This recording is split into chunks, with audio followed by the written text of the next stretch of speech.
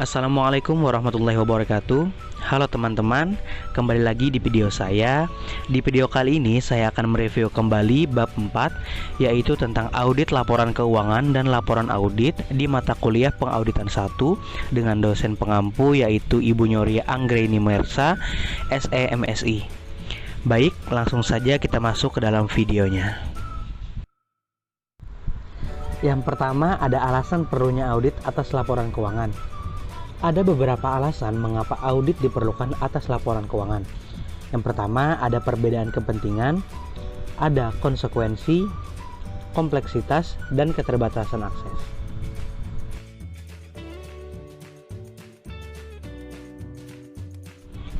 Selanjutnya, ada manfaat ekonomis audit. Nah, apakah kalian tahu apa aja manfaat ekonomis dari audit? Yang pertama adalah meningkatkan kredibilitas, yang kedua adalah meningkatkan efisiensi dan kejujuran, dan yang ketiga adalah meningkatkan efisiensi operasional perusahaan, dan terakhir atau yang keempat adalah mendorong efisiensi pasar modal. Nah, jadi itu manfaat ekonomis dari audit. Lalu ada manfaat audit dari sisi pengawasan. Ada 3, yaitu preventive control, detective control, dan reporting control.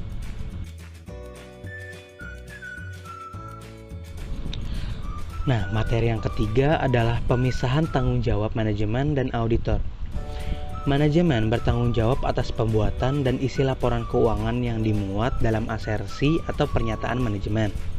Sedangkan auditor independen bertanggung jawab memberikan pendapat mengenai kewajaran laporan keuangan yang dihasilkan oleh manajemen.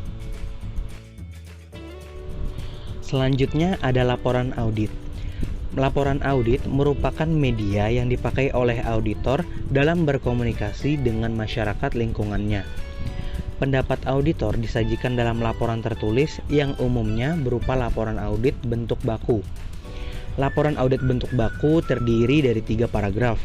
Yang pertama ada paragraf pengantar, yang kedua ada paragraf lingkup, dan yang ketiga adalah paragraf pendapat. Kita masuk ke bagian paragraf pengantar. Terdapat 3 kalimat dalam paragraf pengantar.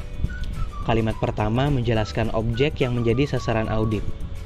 Di dalam kalimat pertama terdapat 2 hal penting, yaitu auditor memberikan pendapat atas laporan keuangan setelah ia melakukan audit atas laporan tersebut.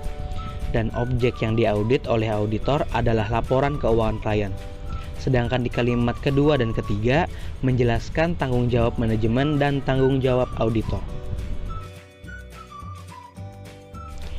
Lalu selanjutnya ada paragraf lingkup.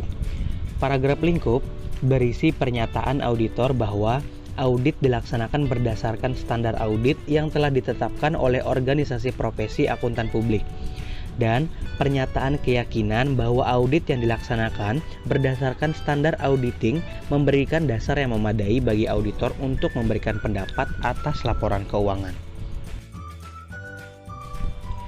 Kalimat pertama yang terdapat pada paragraf lingkup yaitu auditor menyatakan bahwa audit yang dilakukan atas laporan keuangan dilaksanakan berdasarkan standar yang ditetapkan oleh Badan Penyusun Standar. Dan kalimat kedua berisi 3 pernyataan auditor, yaitu audit dilaksanakan merupakan proses yang terencana. Yang kedua, audit ditujukan untuk memperoleh keyakinan memadai, bukan absolut, sehingga terdapat risiko di dalam audit. Dan yang ketiga adalah auditor menggunakan konsep materialitas. Kalimat ketiga dalam paragraf lingkup, auditor menyampaikan pesan bahwa yang pertama, dalam perikatan umum, auditor melaksanakan auditnya atas dasar pengujian, bukan atas dasar pemeriksaan terhadap seluruh bukti. Yang kedua, pemahaman terhadap SPI merupakan dasar untuk menentukan jenis dan luas pengujian yang dilakukan dalam pemeriksaan. Yang ketiga, luas pengujian dan pemilihan prosedur audit ditentukan oleh pertimbangan auditor atas dasar pengalamannya. Dan yang terakhir, auditor melakukan pemeriksaan atas bukti yang tidak hanya terbatas pada catatan akuntansi klien, namun mencakup informasi penguat. Kalimat keempat Paragraf lingkup menjelaskan bahwa auditor menggunakan pertimbangan dalam menetapkan dan mengevaluasi penyajian laporan keuangan yang dilakukan oleh manajemen. Dan kalimat kelima mengidentifikasi keterbatasan lain audit, yaitu bahwa pendapat yang dinyatakan oleh auditor hanya dilandasi oleh dasar yang memadai dan memberikan pernyataan bahwa auditor telah membuat simpulan positif mengenai lingkup pekerjaan audit yang telah dilaksanakan. Lalu selanjutnya ada paragraf pendapat. Paragraf pendapat merupakan paragraf yang digunakan oleh auditor untuk menyatakan pendapatnya mengenai laporan keuangan. Ada terdapat 4 tipe pokok laporan audit yang diterbitkan oleh auditor. Yang pertama adalah pendapat wajar tanpa pengecualian.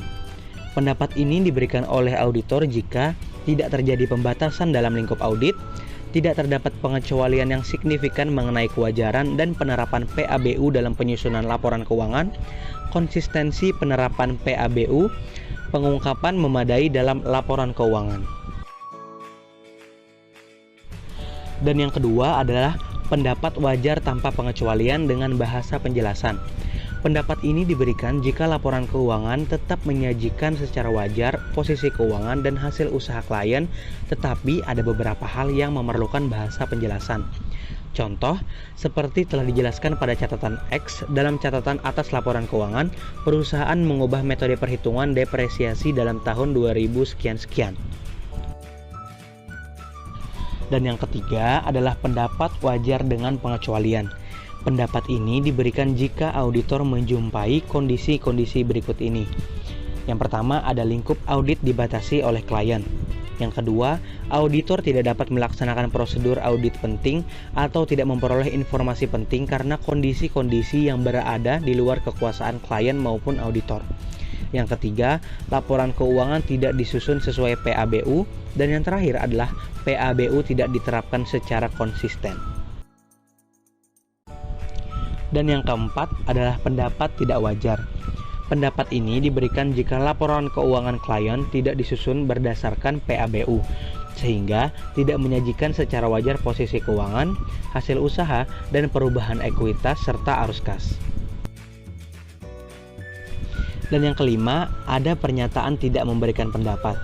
Beberapa kondisi yang menyebabkan auditor tidak memberikan pendapat antara lain, yang pertama pembatasan yang luar biasa terhadap lingkup audit, dan yang kedua auditor tidak independen dalam hubungannya dengan klien.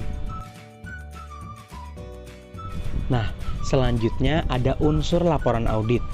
Yang pertama ada pihak yang dituju, yang kedua ada paragraf pengantar, yang ketiga ada paragraf lingkup, yang keempat ada paragraf pendapat, yang kelima ada nama auditor, yang keenam ada nomor izin akuntan publik, yang ketujuh ada tanda tangan, dan yang kedelapan adalah tanggal laporan audit. Nah, demikianlah review bab 4 dari mata kuliah pengauditan 1. Semoga video ini bermanfaat bagi kalian, dan saya pamit undur diri. Assalamualaikum warahmatullahi wabarakatuh.